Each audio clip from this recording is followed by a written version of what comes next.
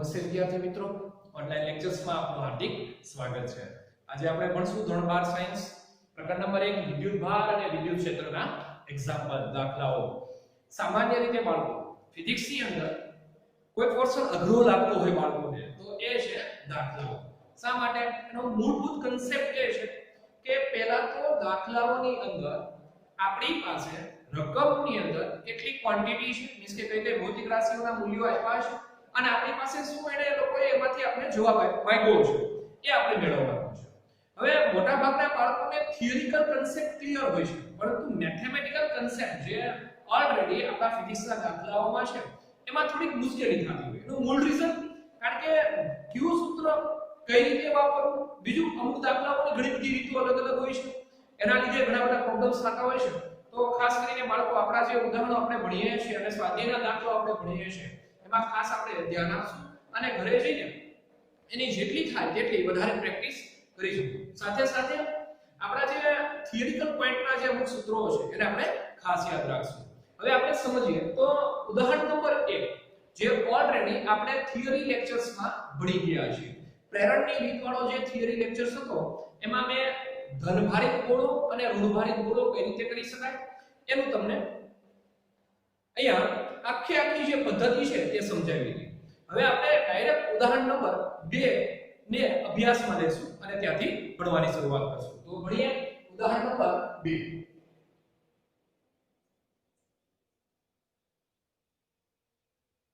ઉદાહરણ 2 માં તમને રકમ કઈક આવી આપી છે કે એક પદાર્થમાંથી 10⁹ ઇલેક્ટ્રોન પ્રત્યેક સેકન્ડે બીજા પદાર્થમાં જઈ રહ્યા છે.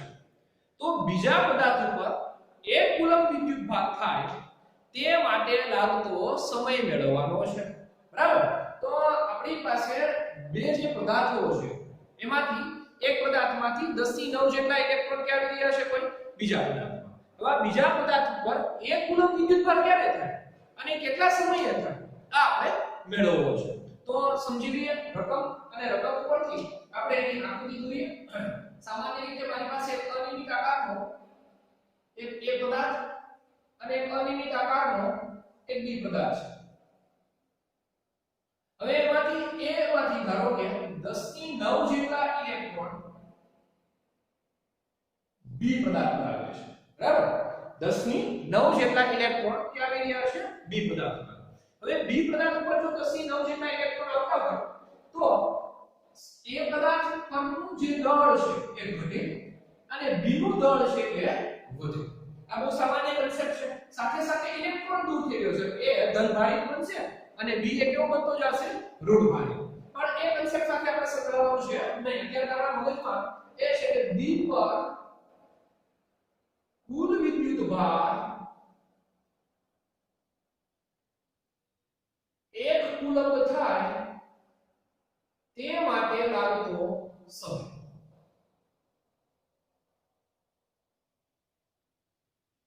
તે આપણે જોઈએ છે, આ આપણે મેળવવાનું છે.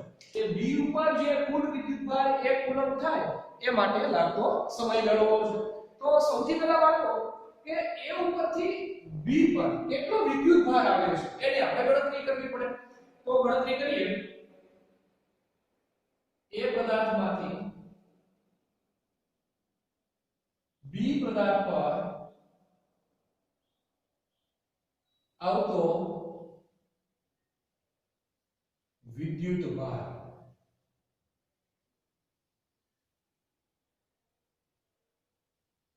વિદ્યુત ભાર મેળવવાના બે સૂત્રો છે. એક તમે Q બરાબર I ગુણ્યા T વિદ્યુત પ્રવાહની વ્યાખ્યા પરથી કરી શકો અને એક સૂત્ર આપણું આ થિયરીમાં આપણે ભણ્યા છે વિદ્યુત ભારોના ક્વોન્ટાઇઝેશન Q બરાબર Ne. હવે Q સૂત્ર ક્યાં વાપરવું? તો બાળકો અહીંયા Q Ne વાપરશું. શા માટે ક્વોન્ટાઇઝેશન સૂત્ર વાપરશું? એનું મૂળ રીઝન આપણે એવું છે કે એને 10⁹ જેટલા ઇલેક્ટ્રોન એટલે કે ઇલેક્ટ્રોનની આપણે હું આપેલી છે સંખ્યા. તો ઇલેક્ટ્રોનની સંખ્યા આપી છે એટલા માટે આપણે નંબર ઓફ E વાળા સૂત્રનો ઉપયોગ કરીએ. તો Q Ne. તો n ની વેલ્યુ છે આપણી પાસે 10⁹ કોણ બહાર આવી રહ્યું છે ઇલેક્ટ્રોન અથવા તો પ્રાથમિક બેઝ E જેની વેલ્યુ આપણે જાણીએ છીએ 1.6 ગુણ્યા 10 ની માઈનસ 19 કુલમ છે. તો આપણો જે જવાબ આવ્યો વિદ્યુત ભારનો એ રહેશે 1.6 ગુણ્યા 10 ની માઈનસ 10 કુલમ. આટલો વિદ્યુત ભાર એમાંથી બી માં જઈ રહ્યો છે. હવે બાળકો એક વસ્તુ આપણે બહુ સારી રીતે ધોરણ 10 માં આપણે શીખ્યા છે કે a માંથી b માં અથવા તો કોઈ એક તરફથી b તરફ એક સાથે એક જ દિશામાં જો ઇલેક્ટ્રોન ફ્લો થતા હોય, ઇલેક્ટ્રોનની સંખ્યાઓ ફ્લો થતી હોય તો એ વિદ્યુત પ્રવાહનું નિર્માણ કરે. શા માટે ભાઈ વિદ્યુત પ્રવાહનું નિર્માણ કરે અને શા માટે સૂત્રનો ઉપયોગ કરીએ છીએ એ જરાક સમજીએ. કારણ કે આપણી પાસે લાગ્યો છે સમય. આ q ની વેલ્યુ છે. એવી એક પણ સૂત્ર નથી જે q ઉપરથી સમય આપી શકે. એટલા માટે આપણે એને વિદ્યુત પ્રવાહની કન્ડિશનમાં ફેરવી હતી અને ત્યાંથી I બરાબર q ના છેદમાં t આ સૂત્રના ઉપયોગની મદદથી t ને મેળવી શકાય. તો સૌથી પહેલા આપણે a પદાર્થમાંથી b પદાર્થ તરફ ઇલેક્ટ્રોન જઈ રહ્યા છે એના લીધે જે વિદ્યુત પ્રવાહનું નિર્માણ થાય છે તે ની કિંમત મેળવીએ. a પદાર્થમાંથી અથવા તો a પદાર્થથી b પદાર્થ તરફ પ્રત્યેક સેકન્ડ દીઠ ઉત્પન્ન થતો વિદ્યુત પ્રવાહ. તો વિદ્યુત પ્રવાહનું સૂત્ર આપણે બધાને આવડે છે કે ભાઈ વિદ્યુત પ્રવાહનું સૂત્ર I બરાબર q t જે ધોરણ 10 માં આપણે શીખ્યા છે. તો એ સૂત્રનો આપણે શું કરશું ભાઈ ઉપયોગ. શા માટેનો ઉપયોગ કર્યો એ સમજ્યા. I બરાબર q t. તો q ની વેલ્યુ કે એમાંથી બી તરફ કેટલા ઇલેક્ટ્રોન જઈ રહ્યા છે, કેટલા વિદ્યુત ભાર સાથે તો પછી આપણી પાસે 1.6 ગુણ્યા 10 ની માઈનસ 10 છેદમાં સમય કેટલો છે આપણી પાસે પ્રત્યેક સેકન્ડ દીઠ એટલે 1 સેકન્ડ દીઠ કુલમ પ્રતિ સેકન્ડ. તો આપણી જે I ની વેલ્યુ છે એ I ની વેલ્યુ I બરાબર 1.6 ગુણ્યા 10 ની માઈનસ 10 એમ્પિયર આપણે મેળવ્યું. કે આટલો વિદ્યુત પ્રવાહ ગોળા A થી ગોળા B તરફ જઈ રહ્યો છે. હવે મૂળ મુદ્દો B ઉપર કેટલો વિદ્યુત ભાર કરવો છે તો કે 1 કુલમ. એટલે કુલ 1 કુલમ વિદ્યુત ભાર કરવા માટે આટલો વિદ્યુત પ્રવાહ A થી B તરફ આવી રહ્યો છે. એટલે આપણી પાસે q ની વેલ્યુ છે 1 કુલમ, સાથે સાથે વિદ્યુત પ્રવાહની વેલ્યુ છે. તો હવે સમય ગોતવો બહુ સરળ થઈ જશે. તો આ સૂત્રનો ઉપયોગ કરીએ ફરીવાર વિદ્યુત પ્રવાહ પરથી. વિદ્યુત પ્રવાહ I બરાબર q t. તો t ને સૂત્રનો કરતા બનાવીએ તો t બરાબર q ના છેદમાં I થશે. સમજીએ કન્સેપ્ટ tm ના. q એટલે આપણી પાસે છે કેટલા કુલમ વિદ્યુત ભાર કરવો છે b ઉપર કુલ 1 કુલમ. તો 1 I ની વેલ્યુ હમણાં જ લીધી આપણે 1.6 ગુણ્યા 10 ની માઈનસ 10. કાલે આપણે શીખતા હતા થિયરી પોઈન્ટમાં 1/1.6 એટલે લગભગ 0.625 ગુણ્યા 10 ની 10 સેકન્ડ થશે. આને જરા કન્વર્ટ કરી દઈએ તો બાળકો ધ્યાન રાખીએ જરા tm ના અને આપણે 6.25 ગુણ્યા 10 ની 9 સેકન્ડમાં મેં કન્વર્ટ કરી દીધું. તો સેકન્ડમાં જવાબ આવ્યો છે તો 6.25 ગુણ્યા 10 ની 9 સેકન્ડ થશે. અથવા તો જો તમે એને યરમાં કન્વર્ટ કરવા માંગતા હોય તો આ જવાબને યરમાં કન્વર્ટ કરવો હોય તો 6.25 ગુણ્યા 10 ની 9 ઘાત છેદમાં સેકન્ડને યરમાં લઈ જવો છે. તો પહેલા આપણે કલાક, કલાકના દિવસ અને દિવસની જે કલાકો છે એને આપણે વર્ષમાં ફેરવવી પડશે. તો એટલા માટે 1 કલાકની જે સેકન્ડ છે એ 3600 ગુણ્યા 1 કલાકની જે સેકન્ડ છે 3600 કુલ એક દિવસની જે કલાકો છે એ 24 અને ટોટલ જે વર્ષના જે દિવસો છે એ થશે 365. હવે તમે આનું મલ્ટીપ્લિકેશન કરી અને ભાગ ચલાવશો એટલે લગભગ જવાબ t બરાબર 0.60 198 ગુણ્યા 10 ની 9 વર્ષ આવો આવશે. જેને ટૂંકમાં આપણે આવી રીતે લખી શકીએ t 198 વર્ષ. એટલે લગભગ 200 વર્ષ જેટલો સમય લાગશે. બાળકો આ કન્સેપ્ટ આ દાખલો એ વસ્તુ સાથે સાથે સમજાવે છે કે જ્યારે આપણે એવું કહેતા હતા કે ભાઈ સામાન્ય રીતે સ્થિર વિદ્યુત શાસ્ત્ર એ મોટા વિદ્યુત ભારો સાથે કામ કરતું નથી. એટલે કે 1 કુલમ 2 કુલમ કે 3 કુલમો સાથે કામ કરતું નથી.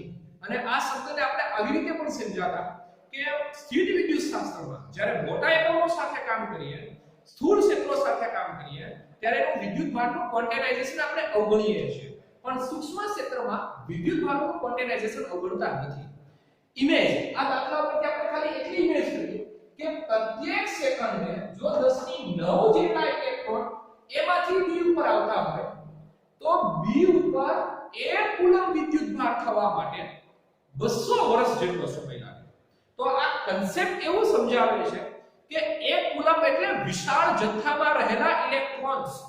બરાબર. હવે વિશાળ જથ્થામાં રહેલા ઇલેક્ટ્રોન્સને આપણે સ્થિર વિદ્યુત શાસ્ત્ર પ્રમાણે ભણી શકતા નથી. એનું મૂળ રીઝન કે સમય સાથે આપણે એને પરિકલ્પિત કર્યા છે સ્થિર રાખવા. હવે આટલી બધી મોટી સંખ્યાના ઇલેક્ટ્રોન્સને સ્થિર રાખવા પરિકલ્પના કરવી અઘરી છે. એટલા માટે હંમેશા સ્થિર વિદ્યુત શાસ્ત્ર મોટા એકમો સાથે કામ કરતું નથી, પરંતુ એની જગ્યાએ સ્થિર વિદ્યુત શાસ્ત્ર સૂક્ષ્મ ક્ષેત્રો પિકો કુલમ્સ, ફેમ્ટો કુલમ્સ, નેનો કુલમ્સ આની સાથે આપણે કામ આપીએ છીએ. તો આ એક્ઝામ્પલ થી વધારે એ કન્સેપ્ટનો ખ્યાલ આવે છે કે ભાઈ સામાન્ય રીતે સ્થિર વિદ્યુત શાસ્ત્ર શા માટે મોટા એકમો સાથે કામ કરતું નથી. તો આ પૃથ્વી ઉદાહરણ નંબર 2. હવે આપણે ભણવાનું છે ઉદાહરણ નંબર 3. સમજીએ તો કન્સેપ્ટ ઉદાહરણ 3.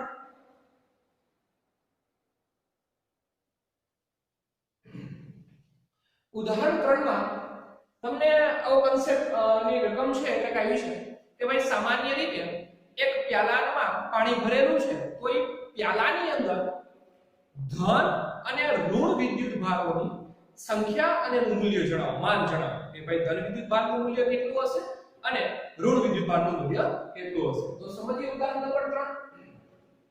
આપની અંદર આપને જે પ્યાલો આપવામાં આવ્યો છે એ પ્યાલાનું ધારો કે આપણે ખરીદીએ સિમ્પલી કે ભાઈ 250 ગ્રામ એમાં પાણી સમાયેલું છે. જે પ્યાલો છે તમે તમારી ઈચ્છા પ્રમાણે અને પ્યાલાના પ્રમાણ પ્રમાણે તમે એનું દળ ધારી શકો. પણ આપણે એવું ધાર્યું છે કે એમાં સામાન્ય રીતે 250 ગ્રામ પાણી છે. હવે બાળકો આપણે ગોતવાનો કીધો છે ધન વિદ્યુત ભારનું મૂલ્ય અને ઋણ વિદ્યુત ભારનું મૂલ્ય. તો પાણીના કેટલા મોલેક્યુલ્સ છે, પરમાણુ કેટલા છે એ આપને માહિતી આપી નથી. જો એના પરમાણુની માહિતી આપી હોત તો સરળતાથી આપણે ગોતી શકત. પણ પરમાણુની માહિતી આપને પ્રાપ્ત થાય એવી એને રીત આપી છે. અને એને એવું કીધું છે કે ભાઈ એની અંદર જે પાણી છે એનું દળ તમને ધારો કે 250 ગ્રામ આપણે ધારી દીધું છે. રકમમાં તો છે ને 250 ગ્રામ ધાર્યું છે. હવે એના ઉપરથી પરમાણુની સંખ્યા ગોતી સહેલી થઈ જાય. કારણ કે પરમાણુનું પરમાણુ કળાંક એટલા જ એની સામે એના એવોગાડ્રો પ્રમાણે પરમાણુની સંખ્યા. તો આટલા એ કેટલા? તો એ 3 રાશિ પ્રમાણે આપણે જે પ્યાલો છે એની અંદર રહેલા પાણીના અણુઓની સંખ્યા જાણી શકીએ. અને એના ઉપરથી પાણીના અણુમાં જે પ્રોટોન અને જે ઇલેક્ટ્રોનની સંખ્યાઓ છે એના ઉપરથી આપણે એના વિદ્યુત ભારનું મૂલ્ય સરળતાથી મેળવી શકીએ. તો સમજીએ આપણો કન્સેપ્ટ છે. એને સૌથી પહેલા ધારી લઈએ કે ધારો કે પ્યાલામાં 250 ગ્રામ પાણી રહેલું છે. હવે એ 250 ગ્રામની અંદર કેટલા પાણીના અણુઓ છે એ આપણે મેળવવા છે. તો સમજીએ કન્સેપ્ટને. તો બધાને ખબર છે કે ભાઈ H2O નું આણ્વીય દળ, કારણ કે ધોરણ 12 સાયન્સમાં આવ્યા હવે પછી H2O નું આણ્વીય દળ એટલે હાઇડ્રોજન 2 છે અને ઓક્સિજન નું 16 થાય. એક હાઇડ્રોજન નું 1 એવા 2 છે એટલે 16 અને ઓક્સિજન નું 16 થશે એટલે 16 ને 2 કેટલા થશે 18. તો H2O નું જે આણ્વીય દળ છે એ આપણી પાસે છે 18. હવે એવોગાડ્રો અંક પ્રમાણે આમ કહી શકીએ ત્રિરાશિ રાખી શકીએ કે 18 ગ્રામ પાણીમાં 6.022 ગુણ્યા 1023 પરમાણુઓ હોય. કારણ કે એના આણ્વીય દળ જેટલા એમાં પરમાણુઓની સંખ્યા હોય. તો આપણી પાસે કુલ પ્યાલામાં કેટલું પાણી છે તો કે 250 ગ્રામ પાણીમાં આવેલા અણુઓની સંખ્યા કેટલી તેથી પાણીના અણુઓની સંખ્યા તેથી પાણીના અણુઓની સંખ્યા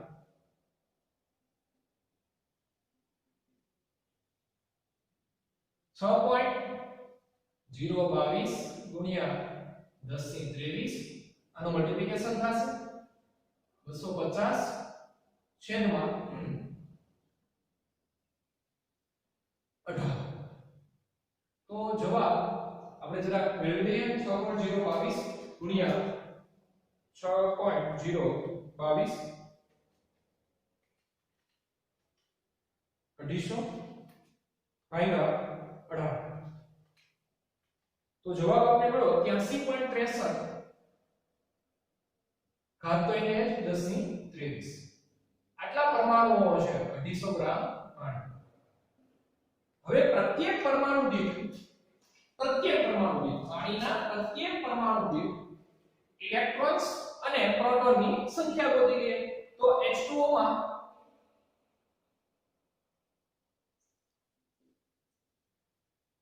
પ્રત્યેક H2O ના પ્રત્યેક પરમાણુ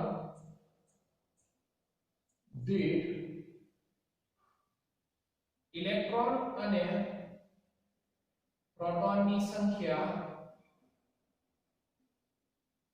10 થશે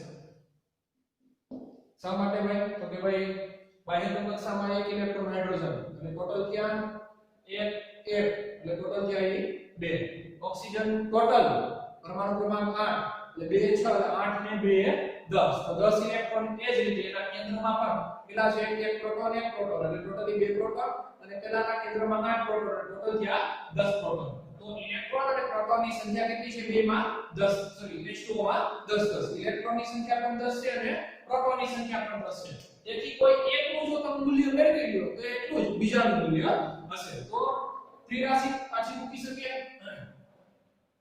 કે ભાઈ એક પરમાણુ દીઠ 10 ઇલેક્ટ્રોન છે તો આવા કેટલા પરમાણુઓ છે તો 83.63 ગુણ્યા 10⁻23 પરમાણુ છે અથવા તો સીધું જ વિદ્યુત ભાર મેળવવા માટે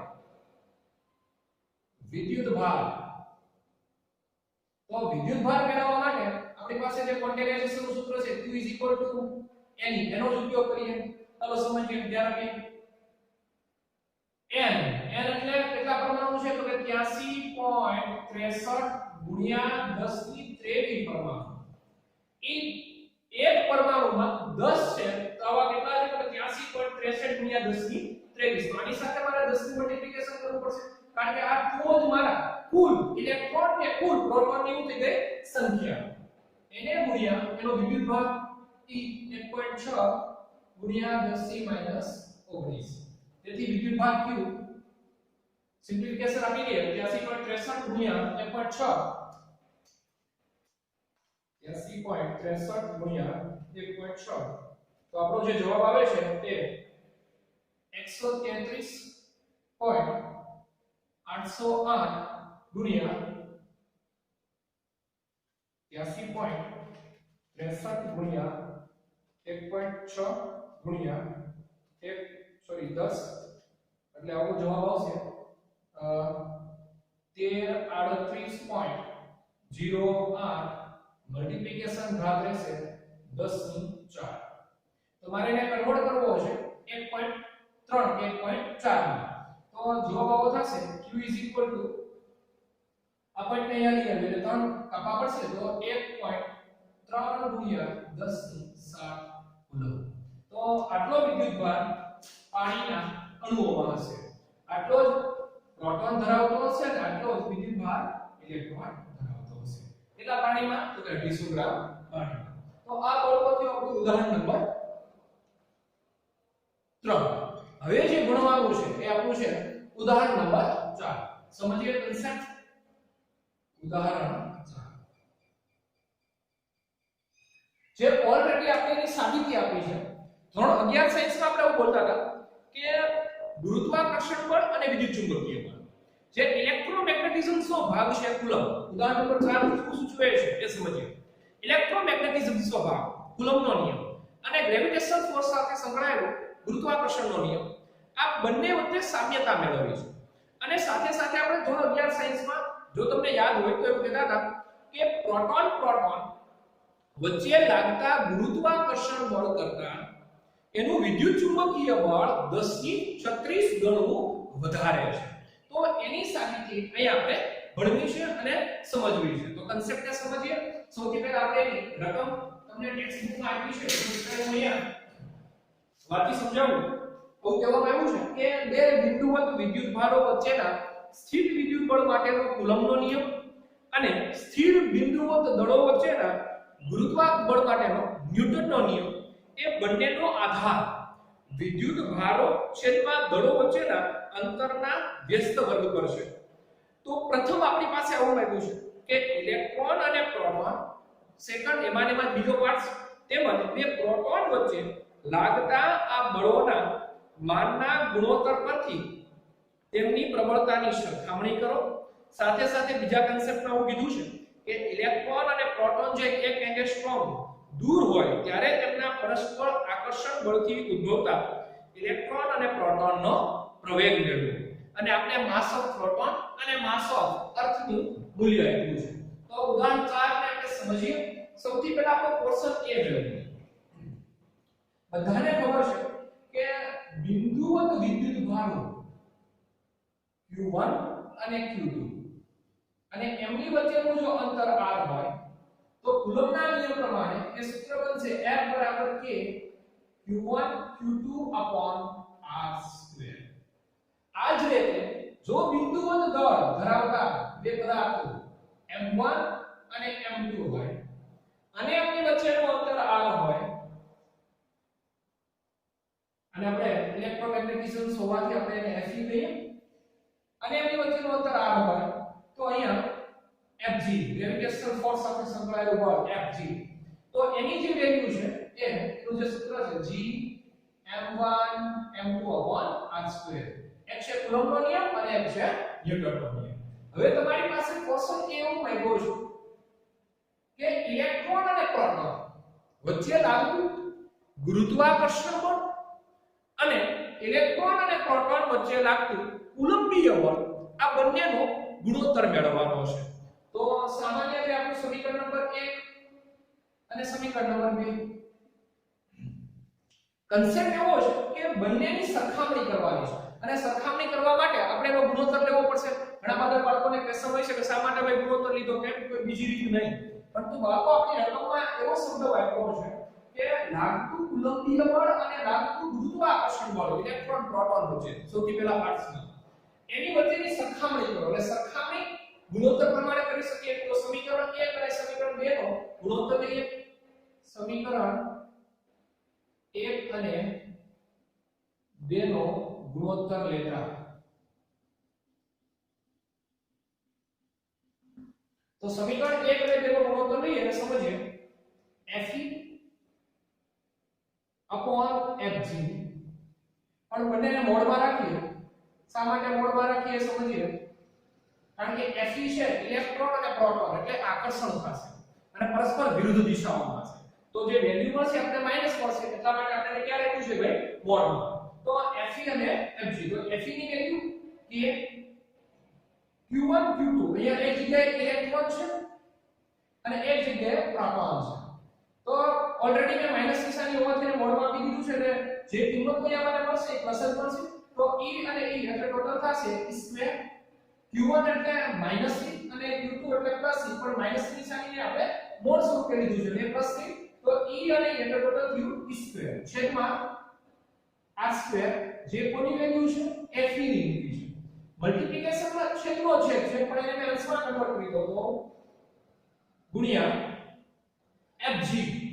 તો Fg ની વેલ્યુ થશે અહીંયા સેમ કરીશું G m1 એટલે માસ ઓફ ઇલેક્ટ્રોન અને m2 એટલે માસ of proton.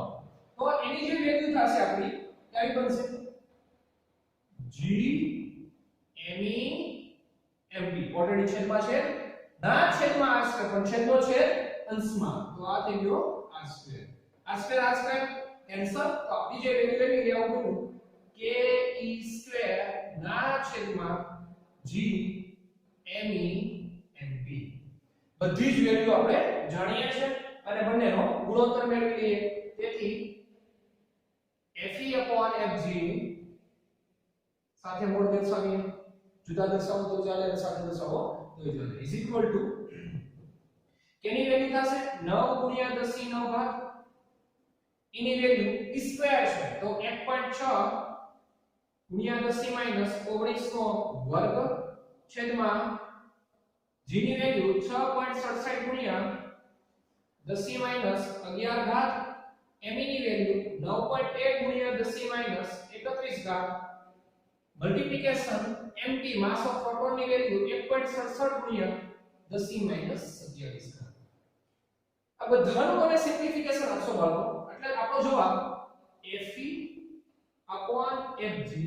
is equal to 2.4 ગુણ્યા 10 ની 39 આવો મળશે. બરાબર 2.4 ગુણ્યા 10 ની 39. ખાસ યાદ રાખશો બંને બળ છે તો એકમ પરિમાણ રહી જશે અને આ જે જવાબ છે તે ઇલેક્ટ્રોન અને પ્રોટોન જે આ અંતરે હોય ત્યારે એમની વચ્ચે લાગતા ગુરુત્વાકર્ષણ બળ અને કુલંબીય બળનો ગુણોત્તર છે.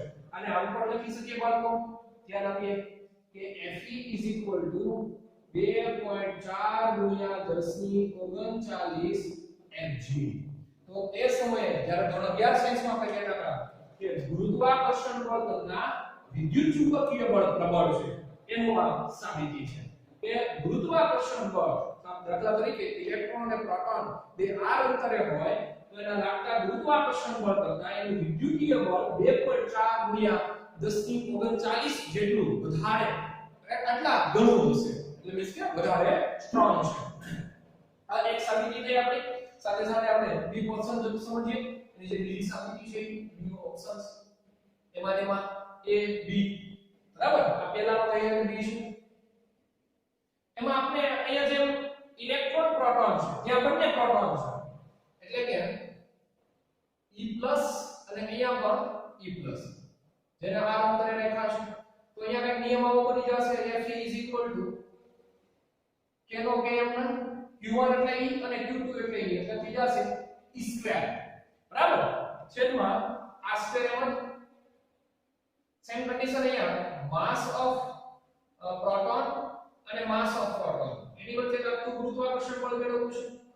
આ એટલે બાળકો બહુ સિમ્પલ છે. બંને પોર્શનમાં એક જ કન્ડિશન વાપરવાની છે. આ જ કન્ડિશનમાં કે એક વખત તમે ઇલેક્ટ્રોન પ્રોટોન સાથે સંકળાવો છો એટલે માસ ઓફ E અને માસ ઓફ P આવશે. પણ હવે બંને પ્રોટોન છે પરિણામે આ જે સૂત્ર બની જશે એ બની જશે Fg = G mp² upon r². કારણ કે m1 m2 એટલે mp છે તો mp² થઈ ગયું. તો એની જે વેલ્યુ છે એની તમે કિંમત મૂકો. આપણી પાસે લગભગ એ જ કન્ડિશનો માંગ્યું છે. પોર્શન બી પ્રમાણે એવું કીધું છે કે બે પ્રોટોન વચ્ચે લાગતા બળના માનનો ગુણોત્તર પણ લેવાનો છે. તો સમજીએ બંને કન્સેપ્ટ. સમીકરણ નંબર 3 અને સમીકરણ નંબર 4. તો સમીકરણ 3 અને 4 માં શું લેશું આપણે ગુણોત્તર? સમીકરણ 3 અને 4 નો ગુણોત્તર લેતા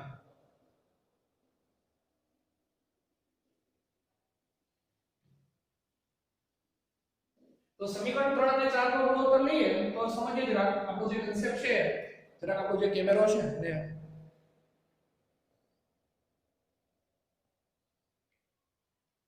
તો સમીકરણ 3 અને 4 નો ગુણોત્તર આવું બનશે Fe/Fg.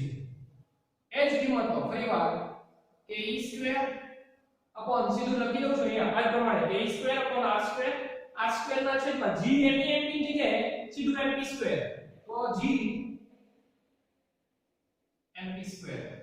કિંમતો રાખીએ બધી 9 ગુણ્યા 10 ની 9 ઘાત મલ્ટીપ્લિકેશન ની સ્ક્વેર એટલે 1.6 ગુણ્યા 10 ની માઈનસ 19 નો વર્ગ છેદમાં g ની વેલ્યુ આપણી પાસે છે 6.67 ગુણ્યા 10 ની માઈનસ 11 અને માસ ઓફ પ્રોટોન એટલે 1.67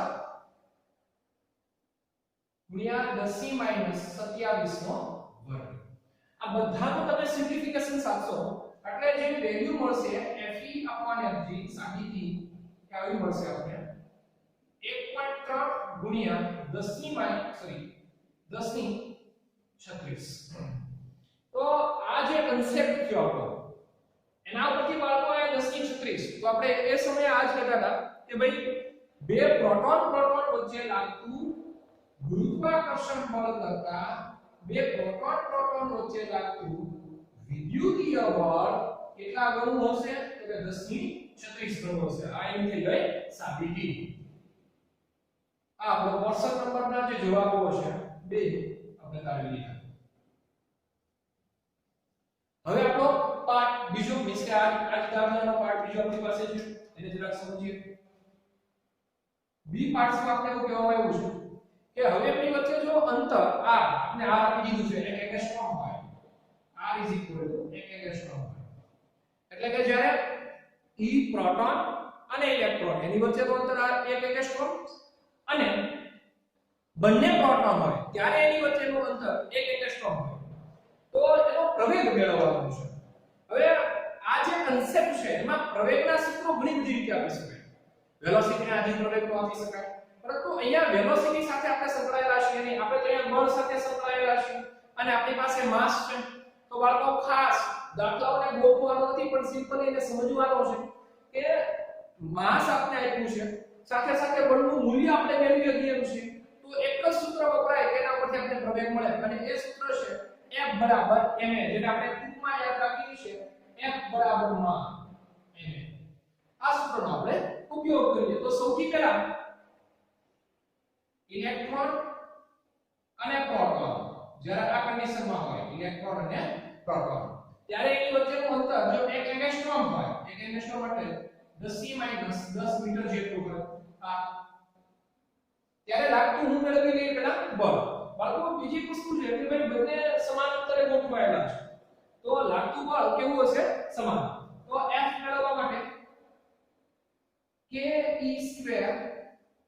r² તો આપણી પાસે કિંમત હશે 9 * 10⁹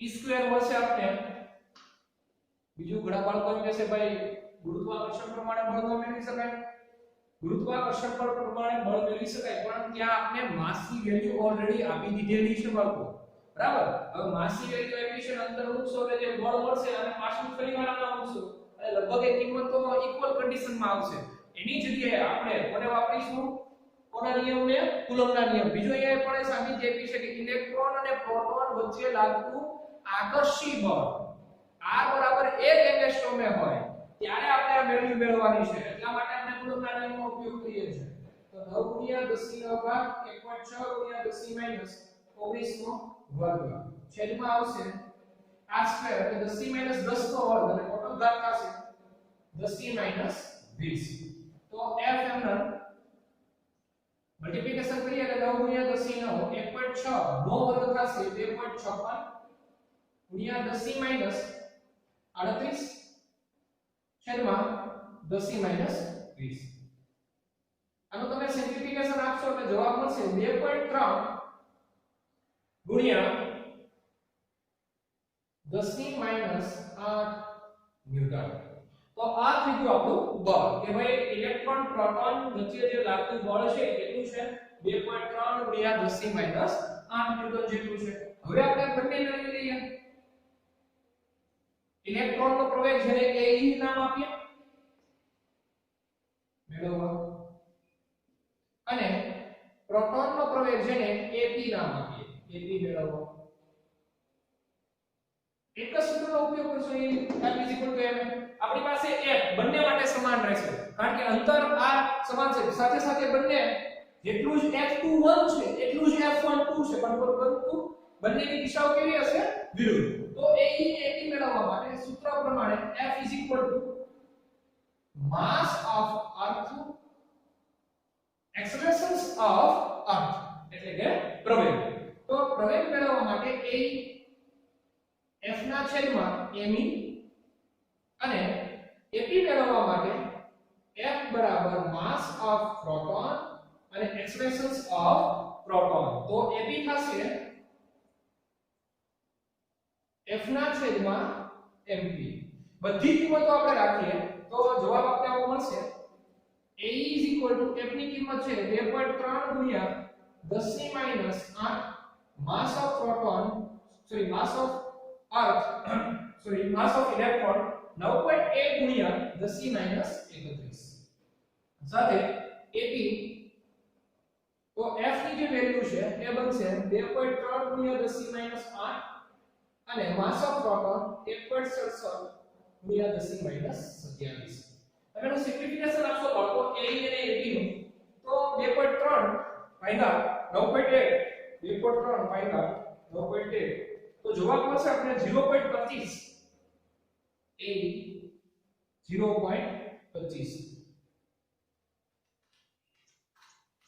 ઘાત આવશે 10 ની 23 તો 10 ની 23 પ્લસ છે અને જરા કન્વર્ટ કરીએ તો A = 0.25 ગુણ્યા 10 ની 22 મીટર પ્રતિ સેકન્ડ સ્ક્વેર આટલો પ્રવેગ મળશે આપણે ઇલેક્ટ્રોન આ જ રીતે AB મેળવવા માટે 2.3 ભાગ્યા 1.67 તો જવાબ આપણો મળશે 1.37 તેથી AB 1.37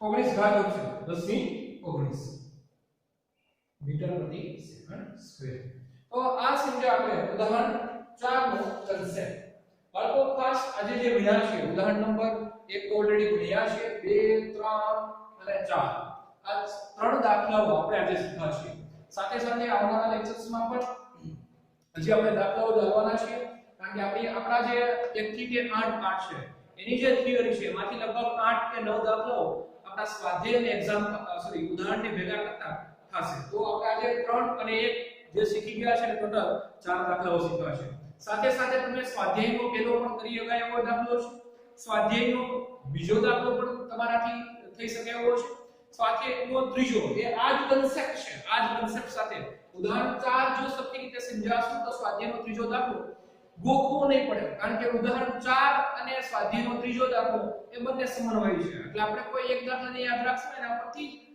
સ્વાધ્યાયનો ચોથો દાખલો છે તો ખાસ આપણે આજે જે શીખ્યા છે ખાસ કરીને ઉદાહરણ નંબર 4 એને વધારે પડતો આપણે પ્રાધાન્ય આપીએ કારણ કે એના જે કન્સેપ્ટો છે આપણે ઓલરેડી સાબિતી વાળા છે રેડી સાથે સાથે CO19 ની જે મહામારી છે એમાં આપણે જ્યારે ઘરે છીએ ત્યારે આવા બધા ઘણા બધા દાખલાઓની રકમો આપણી જે બીજા મટીરીયલ છે એમાં પણ આપેલી છે સાથે સાથે તમે અહીંયા 250 ગ્રામની જગ્યાએ કોઈ વધારે ગ્રામ્સ લઈ અને દાખલાની પ્રેક્ટિસ કરી શકો છો અસ્તુ